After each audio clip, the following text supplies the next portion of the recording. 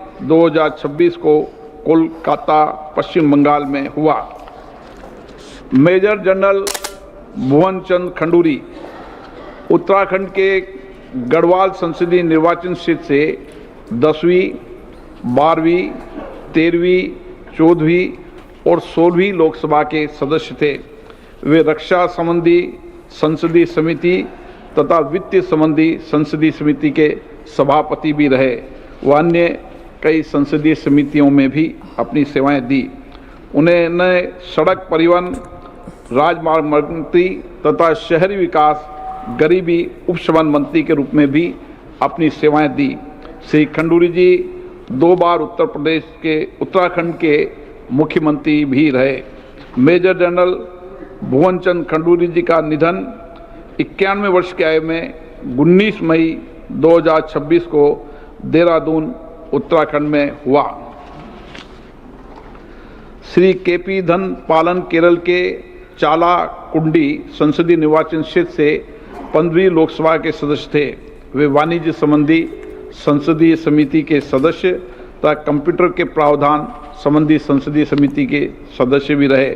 Shri KP धनपालन का निधन 76 वर्ष की आयु में 30 मई 2026 को एर्नाकुलम, केरल में हुआ। श्री प्यारेलाल संगवार उत्तर प्रदेश के घाटमपुर संसदीय निर्वाचन क्षेत्र से 13वीं लोकसभा के सदस्य थे। इससे पूर्व 2 कार्यकालों के लिए उत्तर प्रदेश विधानसभा के सदस्य भी रहे। श्री प्यारेलाल संगवार का निधन 71 वर्ष की आयु में 8 जुलाई 2026 को दिल्ली में हुआ। सभा अपने 6 पूर्व साथियों के निधन पर गहरा शोक व्यक्त करती है और शोक संतप्त परिवारों के प्रति संवेदना व्यक्त करती है। माननीय सदस्यगण, मुझे अत्यंत दुख के साथ सभा को कतर के फादर अमीर महामहिम शेख अहमद बिन खलीफा अल थानी के निधन के बारे में भी सूचित करना है। महामहिम शेख अहमद बिन खलीफा अल थानी ने जून 1995 से जून 2013 तक 18 वर्षों तक कतर के अमीर के रूप में कार्य किया। उन्होंने आधुनिक कतर की नींव रखी और उसे विकास और समृद्धि की महान ऊंचाइयों पर पहुंचाया। उन्होंने भारत कतर संबंधों के संवर्धन में भी महत्वपूर्ण भूमिका निभाई। महामहिम शेख अहमद बिन खलीफा अल थानी का निधन 74 वर्ष की आयु में 12 जुलाई 2026 को निधन हो गया है। सभा महामहिम अमीर शेख अहमद बिन खलीफा अल थानी के निधन पर कतर के लोगों और शाही परिवारों के प्रति अपनी गहरी संवेदना व्यक्त करती है। अब सभा दिवंगत आत्माओं के सम्मान में मौन रहेगी।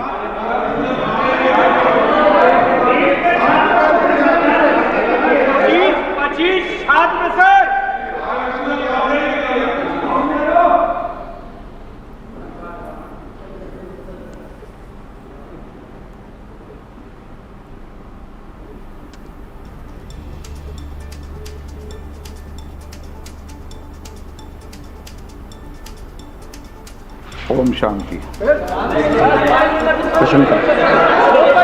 मान्य सदस्यगण, प्लीज आप निधन संबंधी उल्लेख के समय सदन की मर्यादाओं को बने रहिए। अपेक्षा तो करते हैं ना हम? नहीं, सदन के अंदर ये अपेक्षा है कि कुछ मर्यादाएं सदन की हमेशा रही है। उन मर्यादाओं, परंपराओं को पालन करना सबकी जिम्मेदारी है। मैं यही आपसे अपेक्षा करता हूं।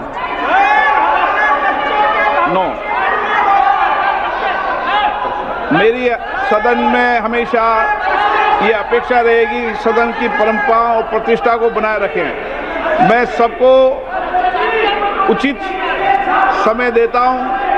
सार्थक चर्चा हो, संवाद हो, तर्क हो, इसके लिए संसद है।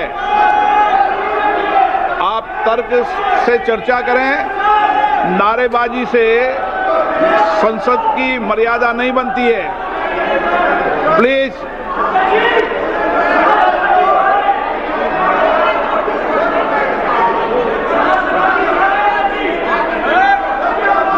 प्रश्नकाल नंबर 1 धवन लक्ष्मण भाई पटेल, धवन लक्ष्मण भाई पटेल। प्रश्न नंबर 1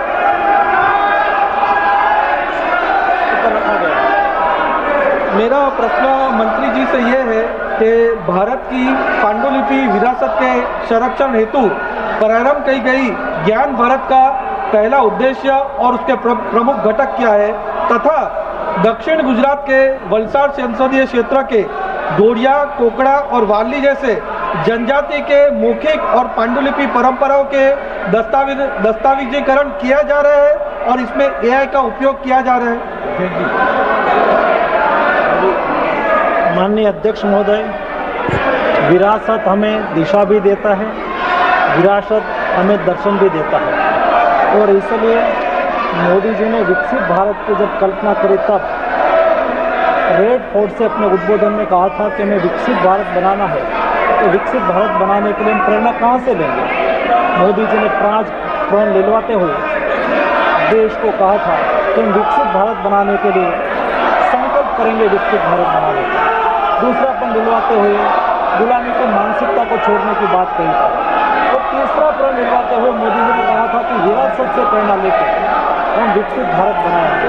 हमारे मैन्युस्क्रिप्ट हमारी विरासत है और आज मंदिर के रूप में, शोक संस्थान के रूप में, महाविद्यालयों में, मठों में, जैन भंडारों में और निजी संग्रहालयों में हमारी मैन्युस्क्रिप्ट है। ये मैन्युस्क्रिप्ट को हम ज्ञान भारत मिशन के द्वारा उसको आरक्षित करने के लिए, डिजिटलीकृत करने के लिए, रिसर्च ड्रिवन बनाने के लिए, जन सुलभी बनाने के लिए मोदी जी ने ज्ञान भारत मिशन का लॉन्च करा और ये ज्ञान भारत मिशन के द्वारा देश में आज 1 करोड़ से अधिक मैन्युस्क्रिप्ट का सर्वे करा गया। उसमें से ये मैन्युस्क्रिप्ट में से 8 करोड़ आज डिजिटलाइज्ड हो चुकी है और उसमें से 3,70,000 मैन्युस्क्रिप्ट आज ऑलरेडी अपलोड हो चुकी है और उसमें माननीय सदस्य ने कहा है कि अपनी लोकल लैंग्वेज में भी कोई जो मैन्युस्क्रिप्ट होगी तो उसको भी इस सर्वे में शामिल करके उसको भी उसके प्रति संशोधन करा जाएगा और डिजिटलाइज करा जाएगा। माननीय सदस्यगण, संसद लोकतंत्र का सर्वोच्च संस्था है। मेरा आपसे आग्रह है, आप सदन के अंदर सार्थक चर्चा करें, संवाद करें, लोगों की जन आकांक्षाओं, अपेक्षाओं को रखें। मैं सभी माननीय सदस्यों को उचित